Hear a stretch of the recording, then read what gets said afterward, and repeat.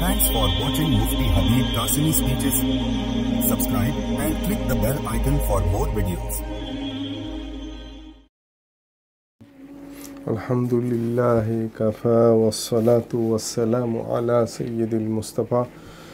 Faqad qala Allah tabaraka wa ta'ala A'udhu billahi minash shaitanir rajim. Bismillahir rahmanir rahim. Idh yughashshikumun nu'asu amanatan minhu wa yunazzilu alaykum minas sama'i ma'an liyutahhirakum bihi wa yudhhiba 'ankum rijzash shaitan wa liyarbita 'ala qulubikum wa yuthabbita bihi al-aqdam. আল্লাহ তাআলা সূরা আনফালের এই আয়াতটা নাজিল করে বদরের যুদ্ধের অবস্থা স্মরণ করিয়ে দিতে চান। তো সম্মানিত আজকে দর্শকবৃন্দনী, আজকের এপিসোডের বিষয়বস্তু হচ্ছে এই আয়াত কেন্দ্রিক যে পবিত্রতা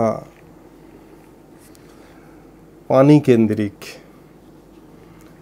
তো আল্লাহ তাআলা কোরআন পাকে বলেন যে স্মরণ করো যখন তিনি তার পক্ষ থেকে স্বস্তির জন্য তোমাদেরকে তন্দ্রায় আচ্ছন্ন করেন এবং আকাশ থেকে তোমাদের উপর বৃষ্টি বর্ষণ করেন, যাতে এর মধ্যে তিনি তোমাদিগকে পবিত্র করেন আর তোমাদের থেকে শয়তানের কুমন্ত্রণা দূর করেন, তোমাদের হৃদয়সমূহ দৃঢ় রাখেন এবং এর মাধ্যমে তোমাদের পাপসমূহ স্থির রাখেন। তো এই বদর যুদ্ধের প্রেক্ষিতে এই আয়াতটা নাজিল সেই দিকেই নির্দেশনা, কিন্তু এখানে আমাদের আলোচ্য বিষয়বস্তুর সঙ্গে সঙ্গতিপূর্ণ হচ্ছে সেটা হচ্ছে ওয়ায়ুনাজ্জিলু আলাইকুম মিনাস সামাই মাআন লিয়ুতাহহিরাকুম বিহি।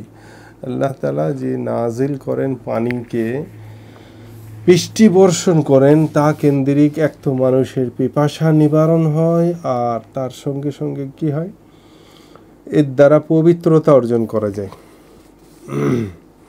তো পবিত্রতা যেটা অর্জন করা হয় তার পদ্ধতি হচ্ছে রাসূলুল্লাহ সাল্লাল্লাহু আলাইহি ওয়াসাল্লাম একদিকে যেমন পবিত্রতার প্রতি গুরুত্ব আরোপ করেছেন, অন্যদিকে পবিত্রতা অর্জনের পদ্ধতি ও নিয়ম কানুন এবং এই বিষয়ক যাবতীয় হুকুম আহকাম সব বিস্তারে বলে দিয়েছেন। হাদিসে এসেছে যে একবার কিছু সংখ্যক ইহুদি হযরত সালমান ফারসি রাদিয়াল্লাহু তাআলা আনহুকে বলল যে তোমাদের নবী তো দেখি ছোটোখাটো সব কিছুই তোমাদের শেখায়, প্রাকৃতিক প্রয়োজন সারার সময় বসবে কিভাবে তাও শেখায়, আশ্চর্য, এসব কি শেখানোর জিনিস?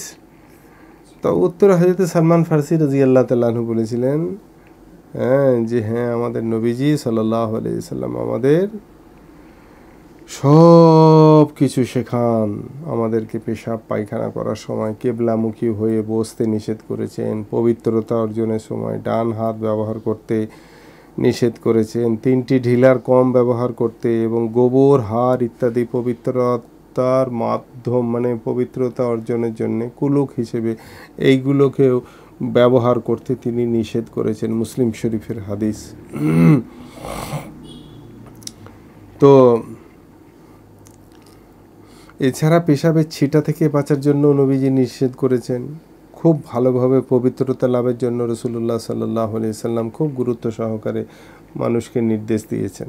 হাদিসে কিছু কিছু জিনিস পবিত্র করার পদ্ধতি খোদ রাসূলুল্লাহ সাল্লাল্লাহু আলাইহি ওয়াসাল্লাম বলেই দিয়েছেন, যেমন কাঁচা চামড়া কীভাবে পবিত্র করা হবে, কাপড়ে বীর্য লাগলে তা কীভাবে পবিত্র করা হবে, মাটি অপবিত্র হয়ে গেলে কীভাবে পবিত্র করা হবে ইত্যাদি ইত্যাদি বিভিন্ন হাদিসে এসবের বিস্তারিত বিবরণ উল্লেখ এসেছে। এসব হাদিসের আলোকে ফুকাহে কেরাম অপবিত্র বস্তু পবিত্র করার কিছু পদ্ধতি উল্লেখ করেছেন। প্রথমত হচ্ছে একটা গোসল, পানি বা কোনো তরল বস্তু যেমন ফলের রস, পেট্রোল ইত্যাদি দিয়ে অপবিত্র কাপড় ধুয়ে ময়লা দূর করে ফেলা হলে কাপড় পবিত্র হয়ে যাবে। দ্বিতীয় ইস্তেঞ্জা, পেশাব পায়খানার স্থান থেকে ময়লা বেশি না ছড়ালে, মানে প্রস্রাবের দ্বার থেকে যদি বেশি ছড়াছড়ি না হয়ে যায় তাহলে পাথর, মাটির ঢিলা বা শুকনো কাপড় দ্বারা ভালোভাবে মুছে ফেললে শরীর পবিত্র হয়ে যাবে।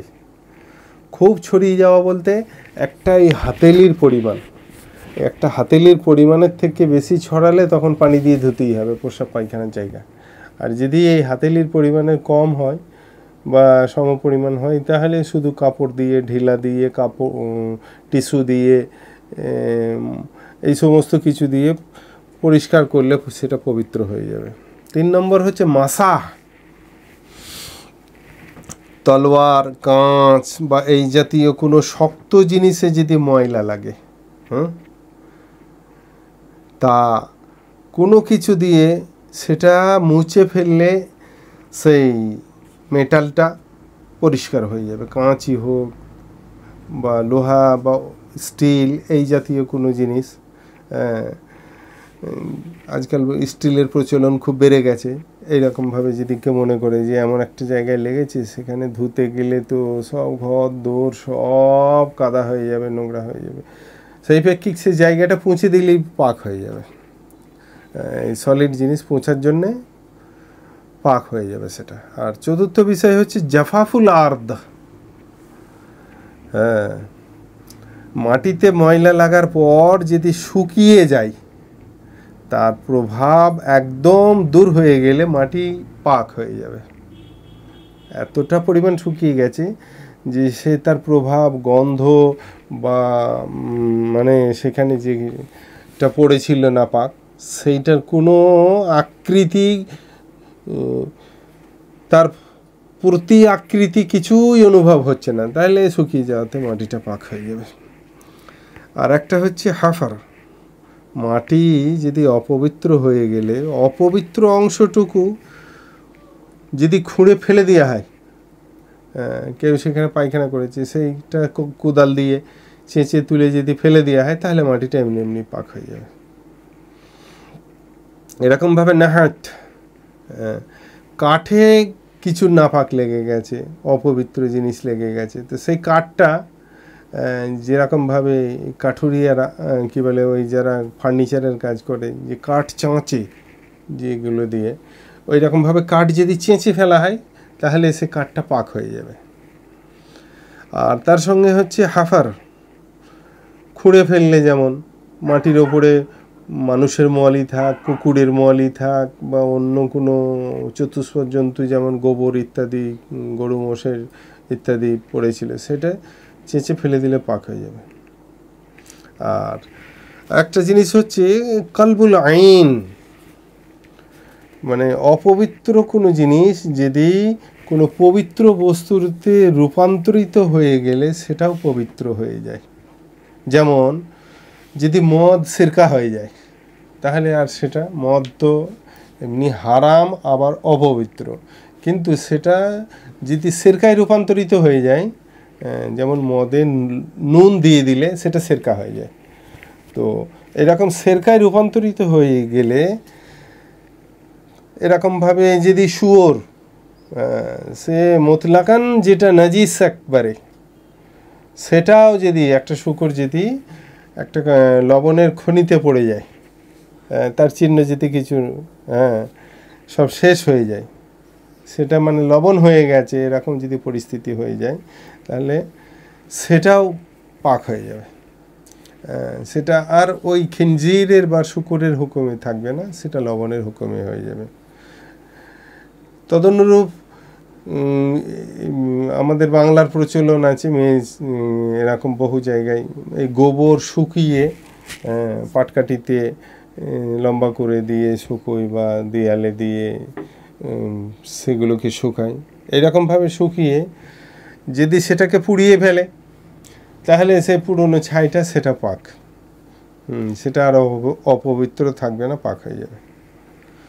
আর তার সাথে হচ্ছে দাবাগ। এই দাবাগাত শুয়োর আর মানুষ, এই দুটো প্রাণী ব্যতীত যে কোনো জন্তুর যদি চামড়ার দাবাগাত দেওয়া হয় তাহলে সেটা পাক হয়ে যাবে। শুয়োর পাক হবে না এই জন্যে যে সে একদম মতলাকান না পাক, হারাম, তার কোনো রূপান্তরিতের অবস্থাই নেই। তাকে রূপান্তরিত করতে গেলে লবণের খনিতে ফেলতে হবে। আর মানুষের চামড়া দাবাগাত দিলেও পাক হবে না, এই জন্যে যে মানুষকে আল্লাহ তাআলা সম্মানিত করেছেন, সেই জন্য মানুষের চামড়া দাবাগাত দিয়ে যেন কেউ ব্যবহারের চেষ্টা না করে, সেই জন্যে এটাকেও বলে দেওয়া হয়েছে মানুষ আর শূকর এই দুটো চামড়া প্রক্রিয়াজাত করে যদি দাবাগাতের ব্যবস্থা করা হয় তাহলে সেটা কি হবে না, পাক হবে না, অপবিত্রই থেকে যাবে। আর যাকাত, আর শুয়োর আর মানুষ ছাড়া অন্য যে কোনো প্রাণী শরীয়ত সম্মত পদ্ধতিতে যদি আল্লাহর নামে জবাই করা হয় তাহলে যে প্রবাহিত রক্তটা বের হয়ে যায়, সেটা বের হয়ে দিলে, বার করে দিলে চামড়া এমনি পাক হয়ে যাবে। কারণ এই জবিহার পরে হালাল যে সমস্ত পশু, এগুলো টোটালি রক্ত বের করে দেওয়ার পর সব পাক হয়ে যায়। এমনকি বহু জায়গায় প্রচলন আছে, গরু, মহিষ, ছাগল এইগুলোর চামড়া লোম ছাড়িয়ে কীরকমভাবে জানি না, ওই কী বলে বয়েল করে লোমগুলো উচ্ছেদ করে দিয়ে চামড়া শুদ্ধ খায়। তো সেখানকার প্রচলন থেকে থাকলে খাবে, কারণ এমনি সে পাক হয়ে যাচ্ছে, অসুবিধা নেই, ব্যবহারযোগ্য। সে দাবাগাত ছাড়া এমনি গরু, মহিষ, ছাগল, ভেড়া, দম্বা এগুলো জবাই করে রক্ত প্রবাহিত হয়ে গেলে তার চামড়াও পাক হয়ে যাবে, এমনি পাক হয়ে যাবে, তাকে আর ক্রিয়াজাত করতে হবে না বা দাবাগাত দিতে হবে না। আর একটা হচ্ছে ফার্ক, যদি কোনো কাপড়ে গাঢ় বীর্য লেগে যায় তাহলে সেটাকে নখে করে বা কোনো জিনিস দিয়ে খুঁটরে যদি ফেলা হয় তাহলে সেটা পাক হয়ে যাবে। সে গাঢ় বীর্যটা খুঁটরে যদি ফেলে দেওয়া হয় তাহলে সেটা এমনিও পাক হয়ে যাবে। কিন্তু যদি বীর্য পাতলা হয় বা সে যে কাপড়ে বীর্য লেগেছে সে কাপড়ের মধ্যে ঋতুবৎ ভাবটা, নরম ভাবটা আছে, তাহলে ওই খুঁটরে দিয়ে পাক হবে না, সেটাকে পানি দিয়ে ধুতেই হবে আবশ্যক। আর দালাক আর ওয়াহাত, চোখে দেখা এমন কোনো শুকনো ময়লা কোনো কিছু দিয়ে ঘষে দূর করে ফেললে সেই বস্তুটা পবিত্র হয়ে যাবে। মানে রগড়ে দিলে কিছু দিয়ে, কোনো কাপড় দিয়ে বা শুকনো খড় দিয়ে সেটাকে রগড়ে দিলে সেই নাজাসাতটা যেহেতু শুকনো সেই জায়গাটা রগড়ে দিলে পাক হয়ে যাবে, ঘষে দিলে পাক হয়ে যাবে।